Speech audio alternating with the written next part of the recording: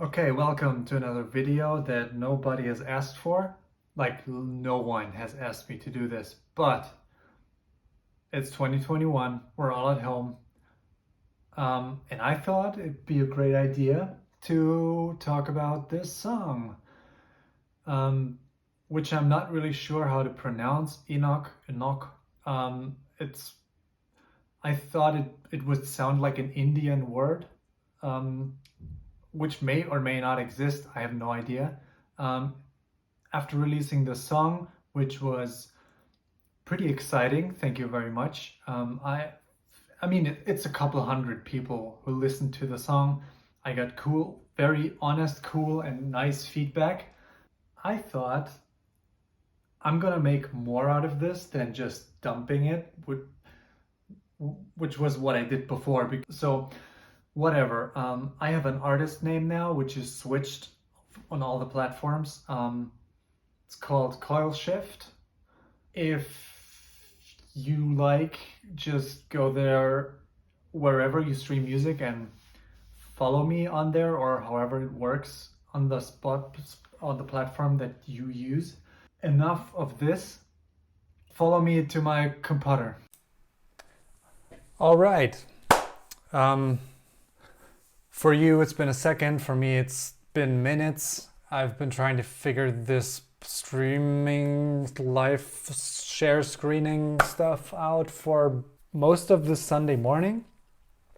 I switched everything from DAW to interface to workflow to whatever. So everything I had working like 1.5 years ago is gone.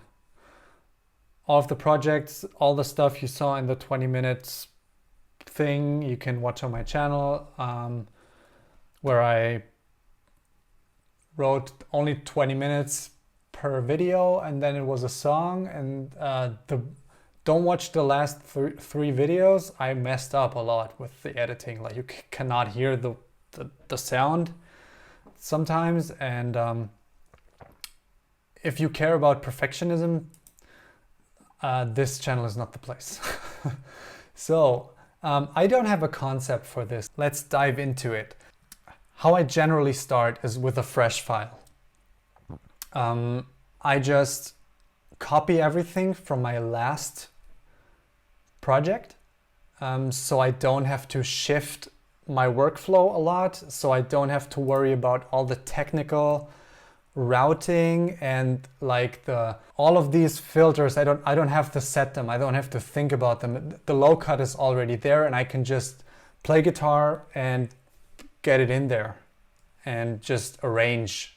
Most of the work is arranging. All of the tracks that you heard or hear or might hear in the future, this is all demo material. I do not re-record most of the things because I'm confident with my process and I'm confident in my playing that it is good enough to be in the final product. I don't want to spend an extra day or 2 or 3 days to track everything again. The process is far away from what people might consider a studio recording. This is the way I finish things and just put them up. I start with a fresh file and I just start writing. Most of the things sound horrible. Like, listen to this. I think this was the first thing I tried for this song.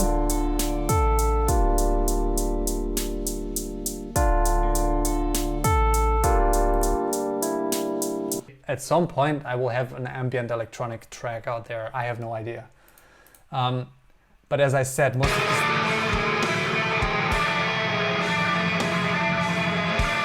most of the ideas just don't sound great, and I might spend hours just picking up the guitar, no rules, just strumming some chords, getting a feeling about what I want to express, what's the emotion that I want to capture. Is there an emotion? Sometimes there is no emotion at all.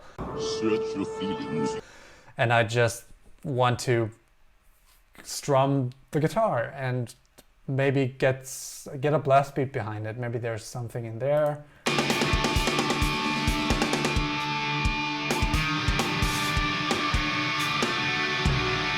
As you see, there's a lot of blank space because I kind of don't judge my ideas as bad or good.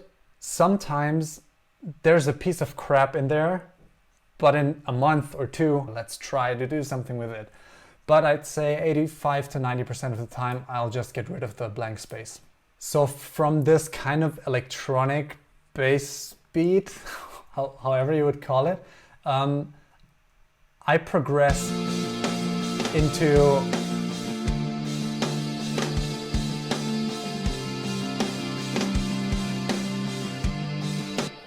something that has a little bit more structure. And looking at this file, this represents what I did in the past. Somehow my process hasn't changed, but the music sounds different, which is pretty interesting. And I haven't been reflecting on this a lot, so this right now is the moment that I'm reflecting on this material for the first time on a technical musical standpoint. Also, I switched drum plugins a lot. Like I've bought 3 or 4 different samplers and bass samplers in the past year, which is a pretty expensive thing because you cannot resell it or get a refund because it's a digital good. So I think this drum map is old.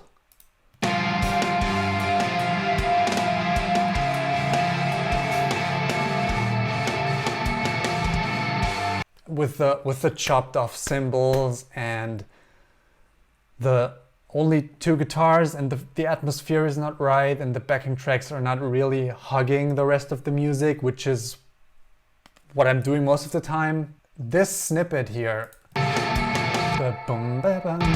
so most of what became the final song was built around this here. Everything around this was close to 5 minutes of music, I think. But it didn't really work in terms of a story progression, if that makes sense. I started from scratch and just decided to raise hell.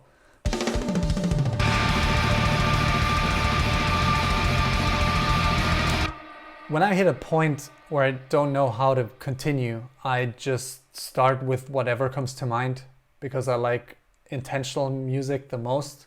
Even if it's not what you're aiming for, if it comes out of you, it's your music, and that's the thing. I've been struggling with the drum programming quite a lot, so I've spent money on MIDI packs, taking grooves and blast beats from the MIDI packs and like reshaping them in order to fit the song a little bit better. I ended up with Get Good Drums, like the Periphery company, and this has been the perfect drum library for me. You program the drums, it sounds sick, especially with blast beat. It's super hard to get an organic feeling, kind of. This is essentially the kick and snare from MIDI packs, just to save time on velocity and when the drums hit. And on top of that, I'm putting mostly my own cymbals. So this is the drums.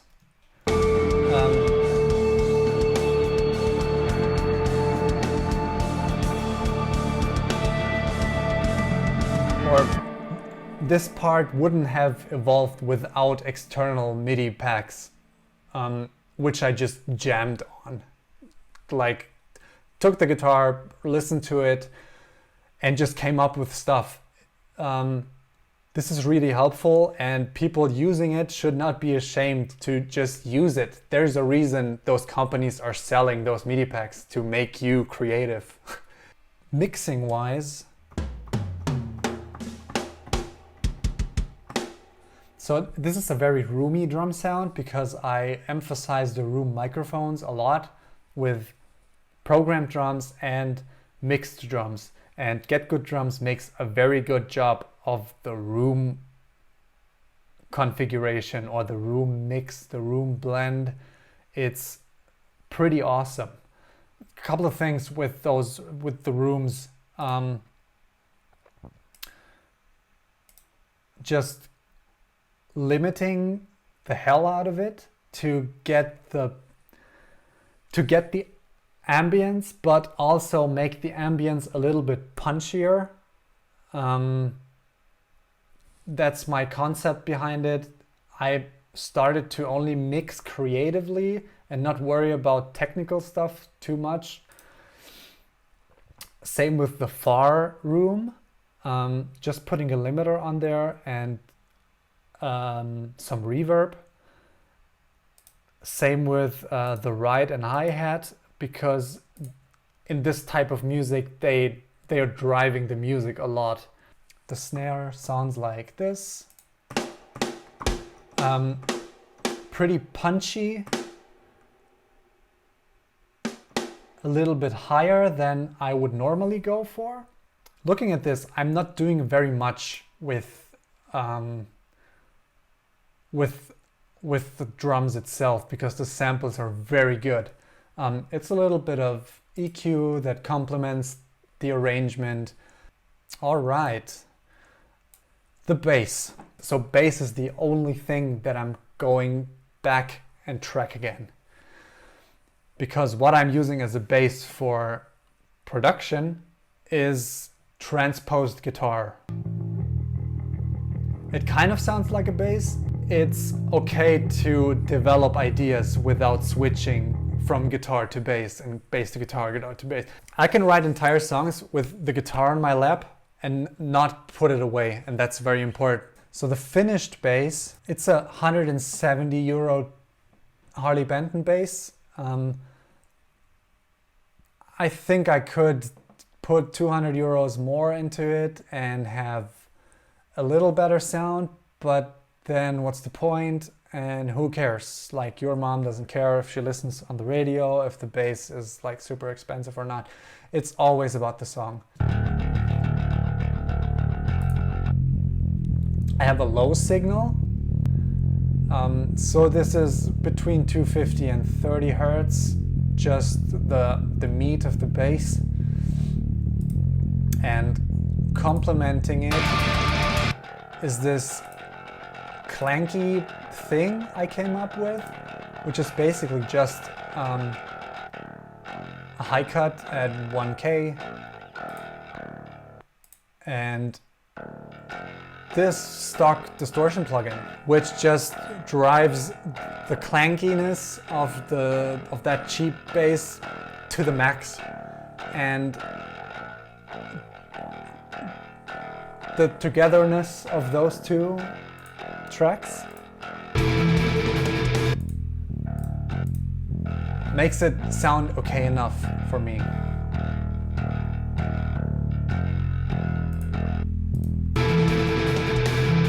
All right, guitars.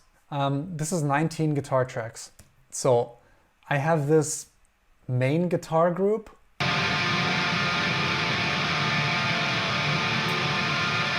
Which is kind of the driving force of the more metal parts. And they are mostly, I'd say 80% of the time, arranged in a way that I have a left guitar track, which mostly plays the same as a right guitar track.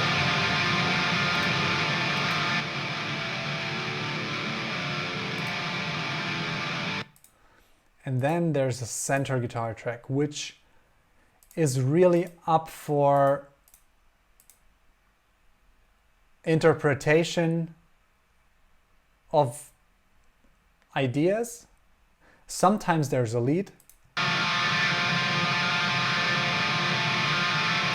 Sometimes there is just something complementing the chords in a way that sounds more like a wall if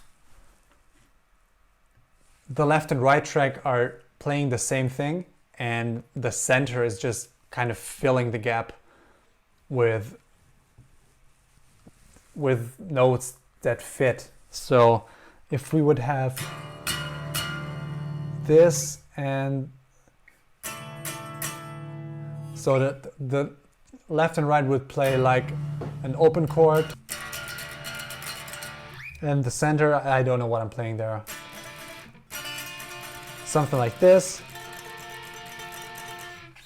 Trying to make the black metal parts punch as much as possible and make them a wall of sound. Especially after like calmer parts like this one.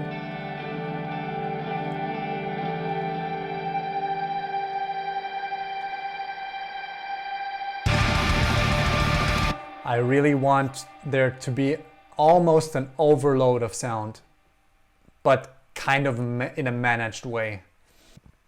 Then I have a clean guitar block, sort of, which is a little bit of reverb, but not too much, in order to just have a good sounding clean guitar.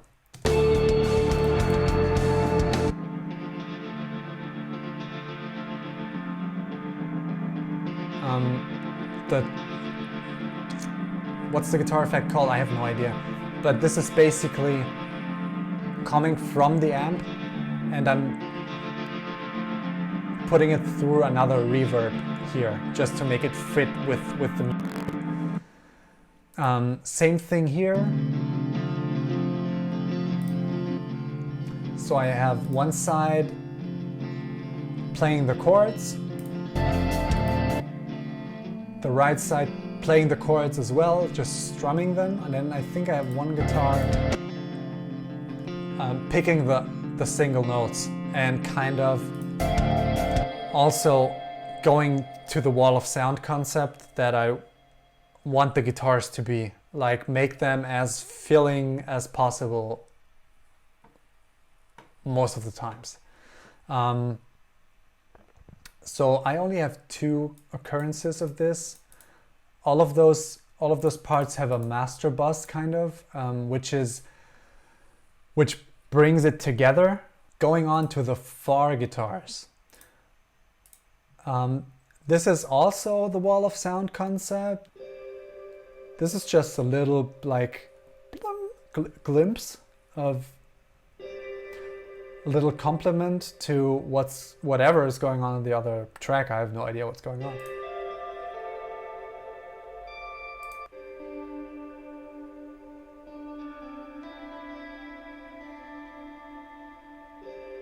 Okay.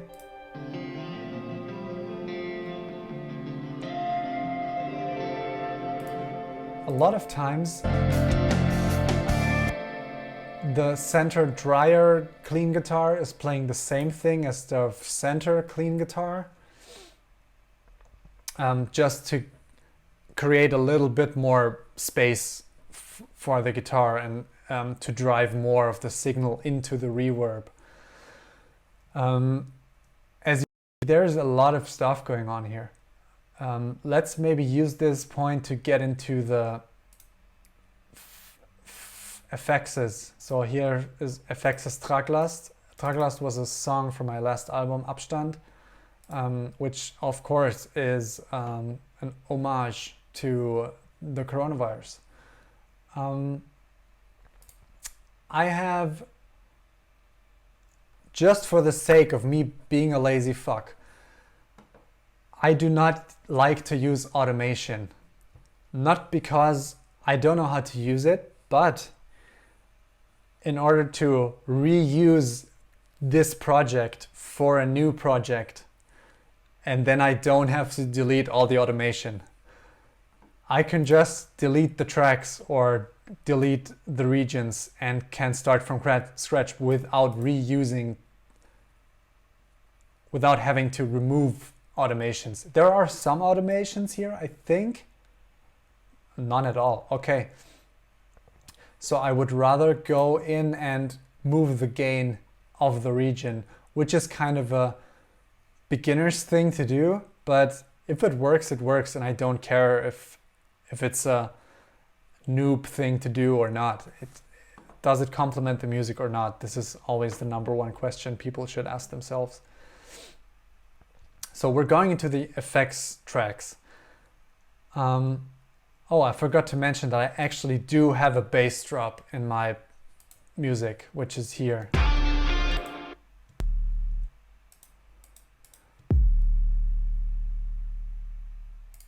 It's a subtle one. It's not too much. It complements the track. I thought it was cool and funny, but it actually, I thought it helps the arrangement at that point. So these are panned slightly different, but it's kind of left 21, left 32. I don't know. It's just and have it somewhere left. Just an effectual decision to just move something there. This has a kind of a buzz as well, which doesn't do anything. I think it's just to have a track I could at some point bounce, because maybe if this might be played live, or I just want to turn off the effects tracks, I can just do it with one click. Yeah, another convenience feature. So we have this Brandhorde lead. This track does a lot of things.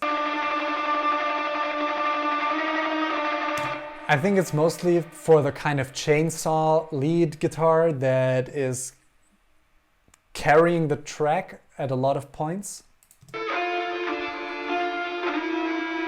Or, I don't know what's happening here. Okay, the way this works in my world, I would have one track that is a super kind of lead. It has the sharpest kind of processing, and this is where I dump all the things that I want to be the most important element at that point. So if you listen to this part,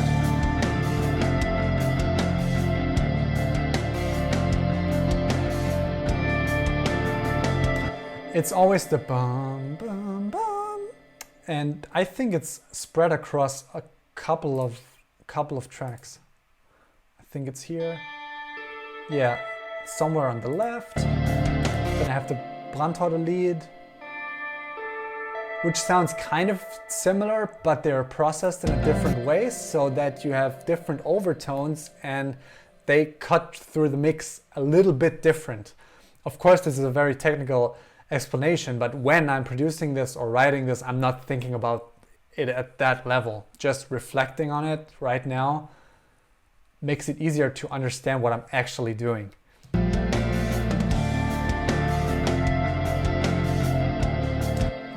Maybe questions I had, so as some people actually asked for stuff or were wondering what it is. There are sounds in there that don't sound like a guitar, but it's all guitars.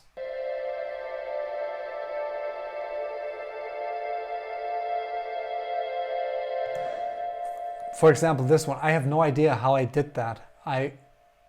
There might be a DI track, so I would know how I played it at least.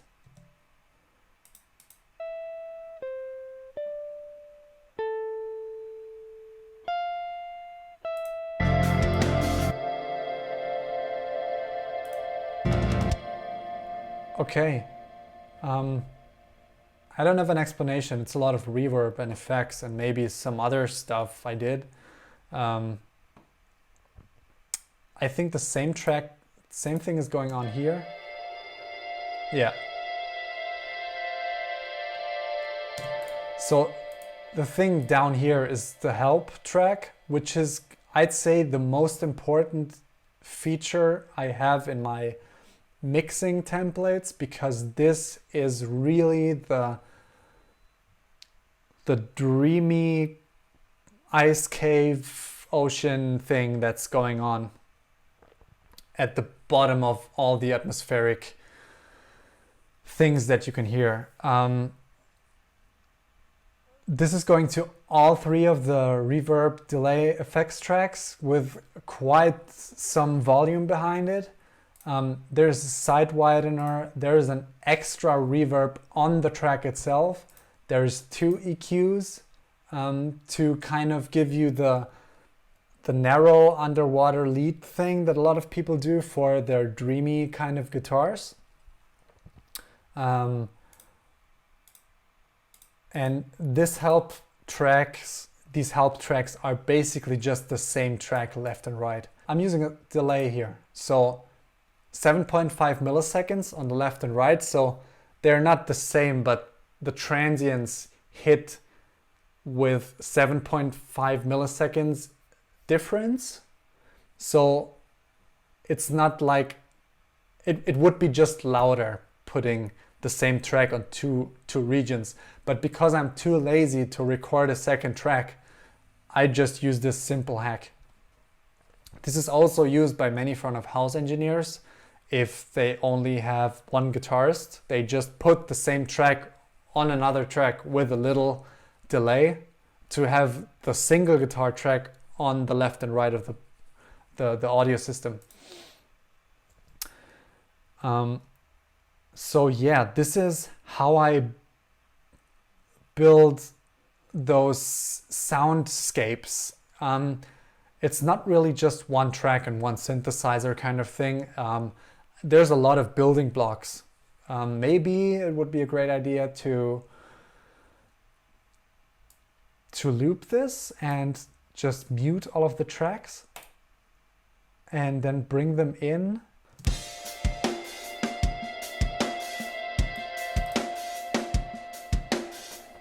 Okay, so we have the drums, we have the bass, we have the left guitar, right guitar, center guitar, first effects kind of thing. Doesn't do much.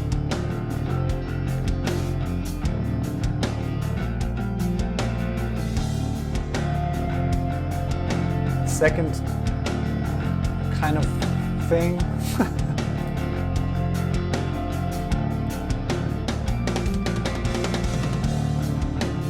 And doesn't do a lot.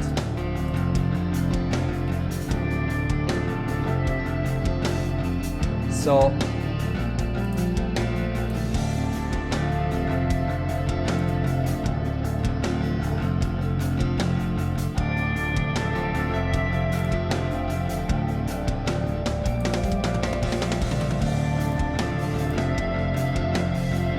as you hear, without this help track, it doesn't really stick together. This is kind of the glue of everything, and I have a lot of them. Like they're mostly everywhere, really. And most important, in the finale, it also gets more of this stuff is going on towards the end of the track. So the way I like to write music is not like this, but like this.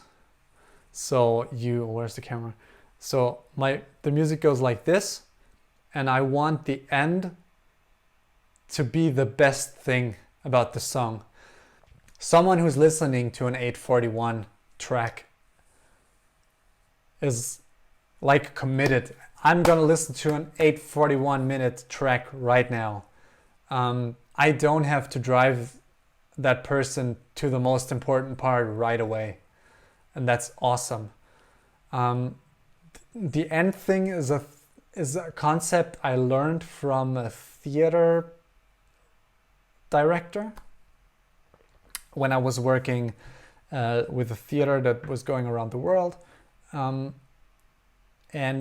I was running the follow spot, and they were rehearsing the end of the thing for days, like the point where the actors go in front of the stage and they sing a little bit, and there comes a medley, and like just the process of how they are going to the front and the way they are acting in the end was the most important thing of the play.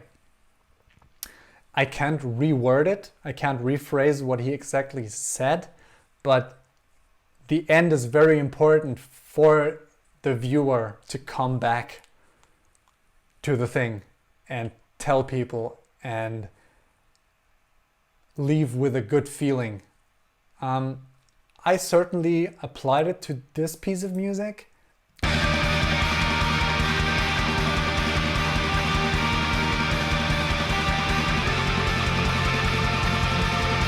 And this is straightforward, nothing new. I have a lot of lead guitars going on. I have a lot of like the help track.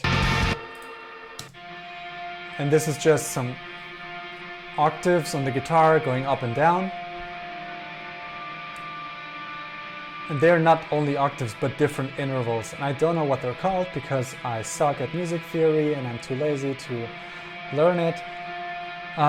Anyways, this is the point where I want there to be a resolution of a track that is this long, because you've listened to it for so long.